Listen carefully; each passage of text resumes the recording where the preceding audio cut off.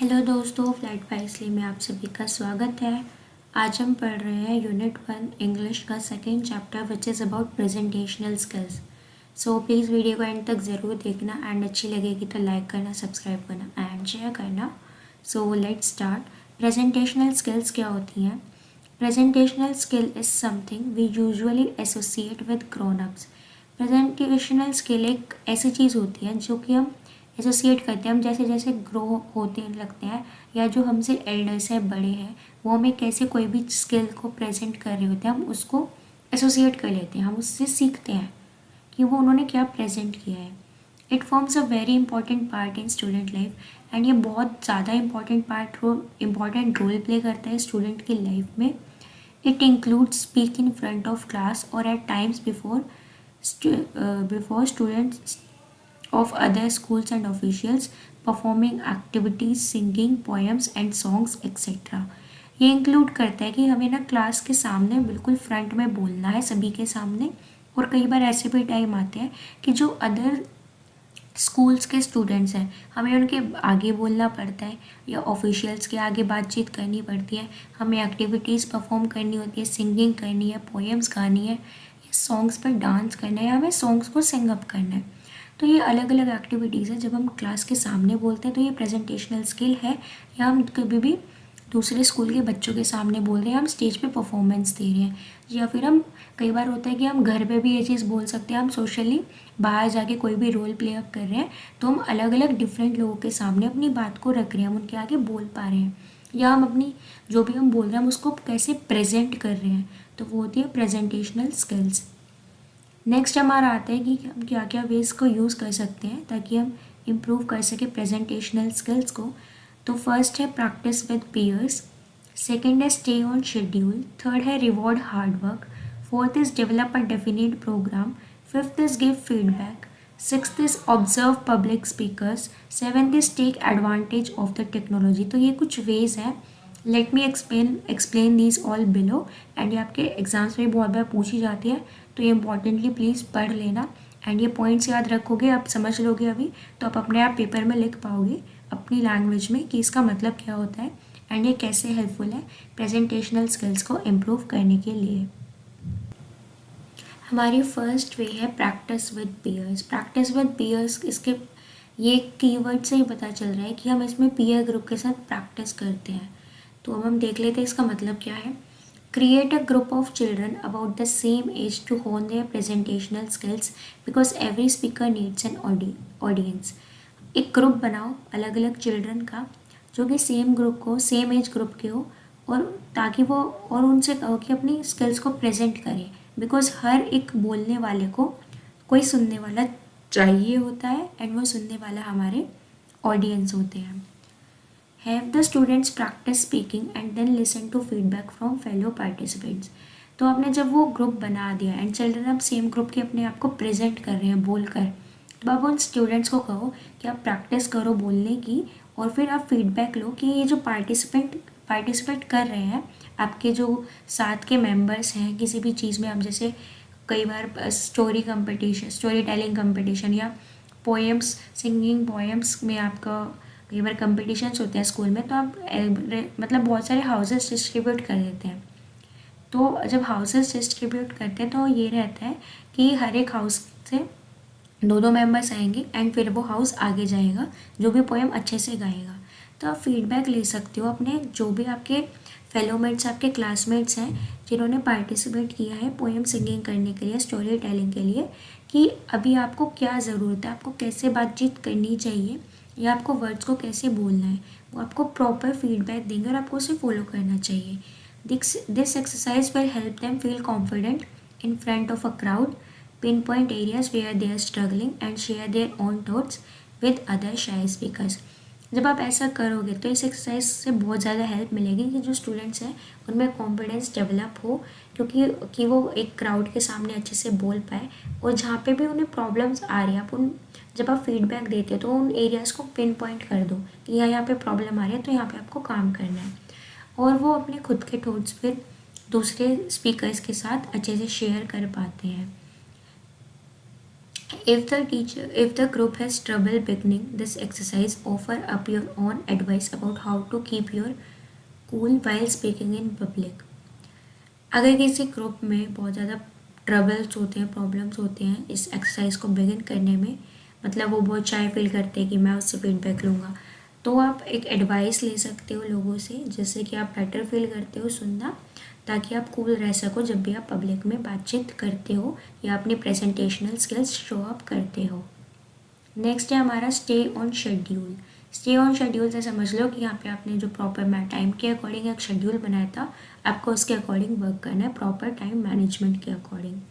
So let's see इसमें क्या, इसका मतलब क्या है।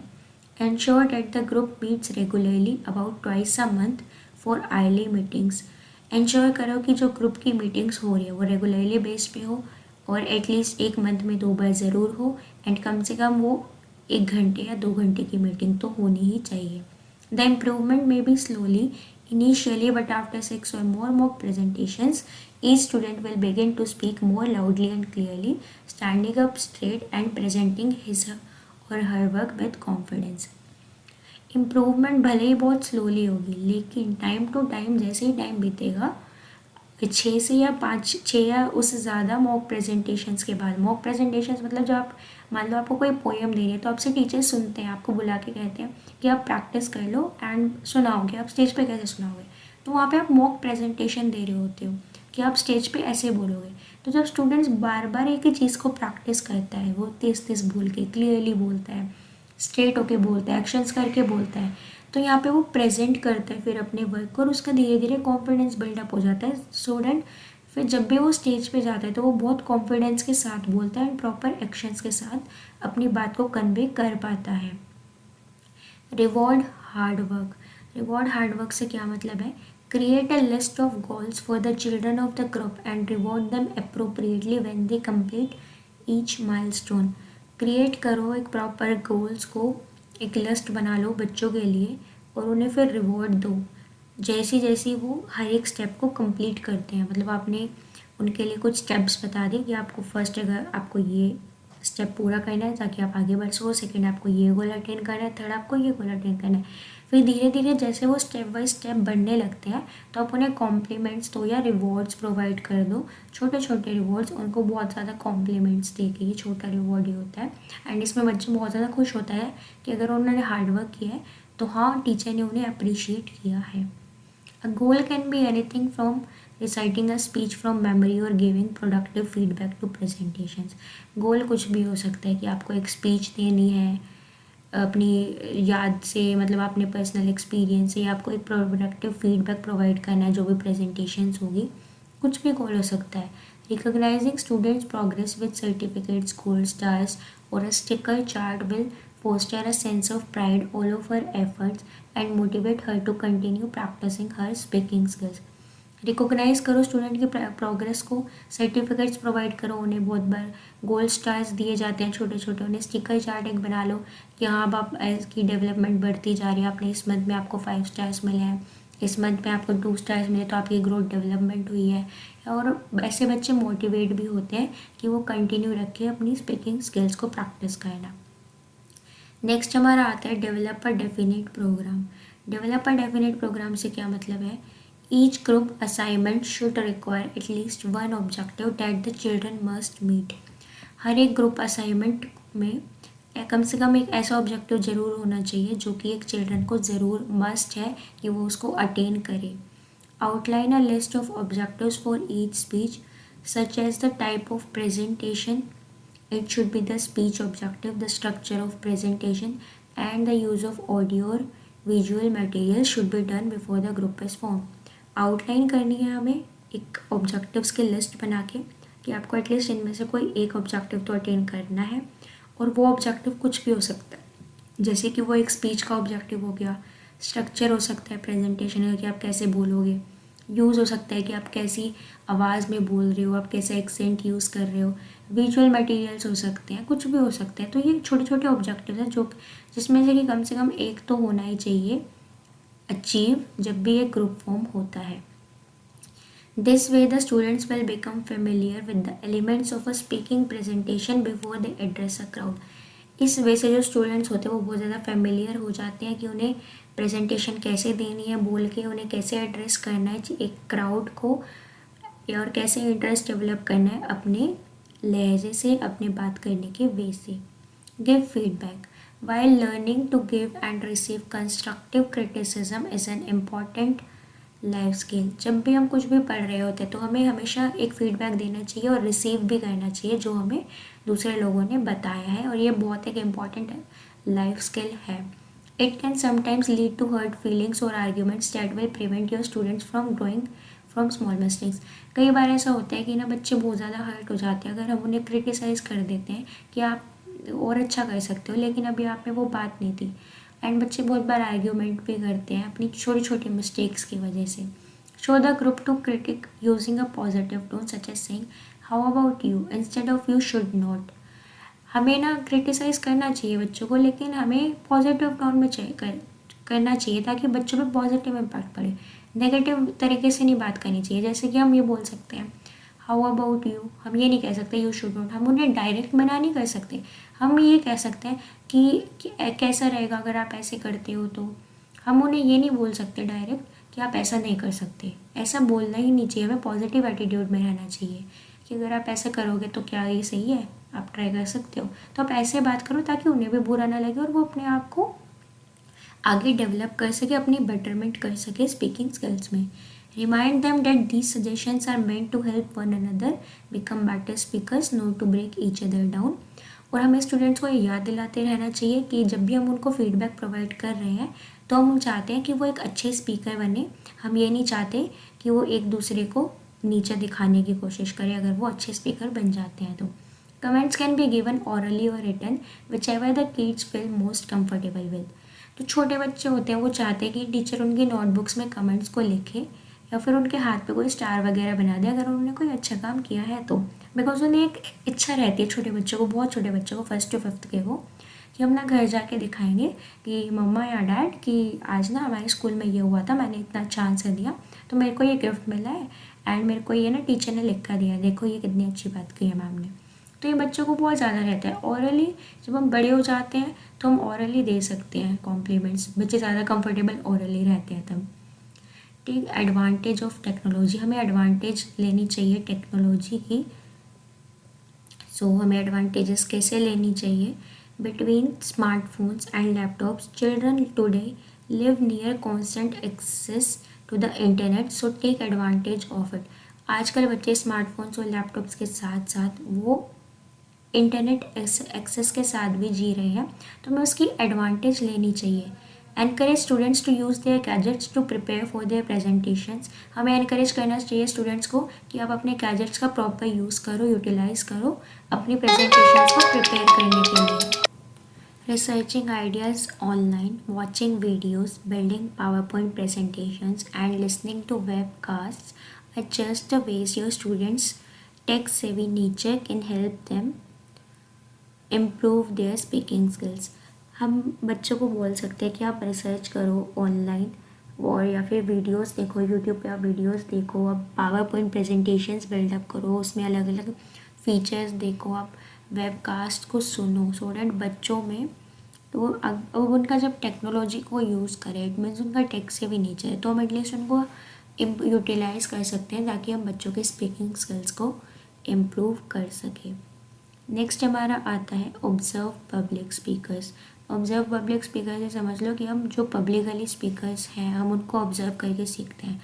Provide students the opportunities to watch the important persons और leaders recite a speech to the nation on TV, beauty pageant contestants answer questions और other public figures address the masses.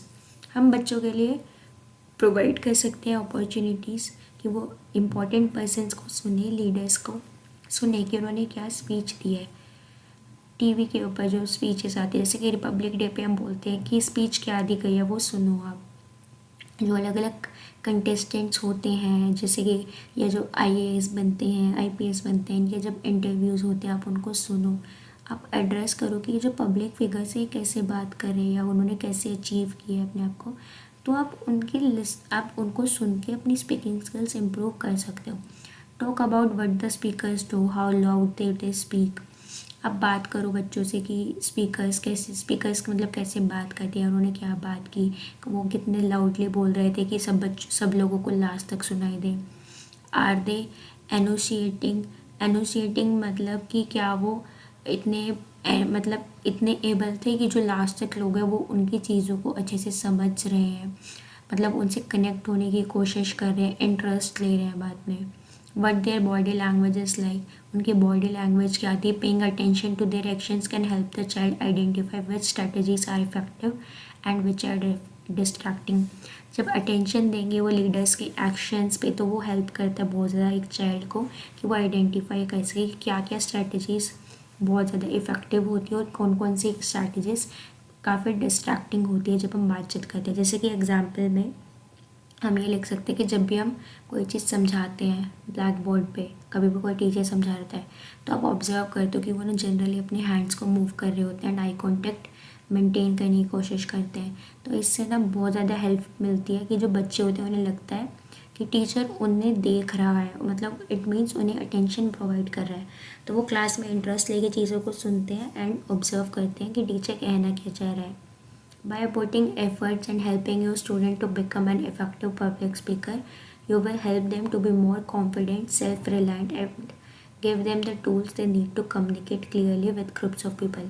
हम जब एफर्ट डालते हैं और हेल्प करते हैं हमारे स्टूडेंट्स को कि आप एक इफ़ेक्टिव पब्लिक स्पीकर बन सकते हैं, तो हम उन्हें हेल्प कर रहे होते हैं कि वो बहुत ज़्यादा कॉन्फिडेंट हो जाए, सेल्फ रिलायंट हो जाए, और हम उन्हें अलग अलग टूल्स प्रोवाइड करते हैं ताकि वो कम्युनिकेट कर सके क्लियरली अलग अलग ग्रुप्स के पीपल के साथ, अपने एक्सेंट को संभालते हुए या अपनी स्पीड के अकॉर्डिंग वो बच्चों को देखते ही पहचान ले कि उन्हें किस स्पीड में बच्चों को समझाना है। तो ये सारी कुछ स्पीकर स्किल्स होती है, प्रेजेंटेशनल स्किल्स होती है जो कि एक बच्चा लर्न करता है। तो यहाँ पे ही हमारा चैप्टर ख़त्म होता है।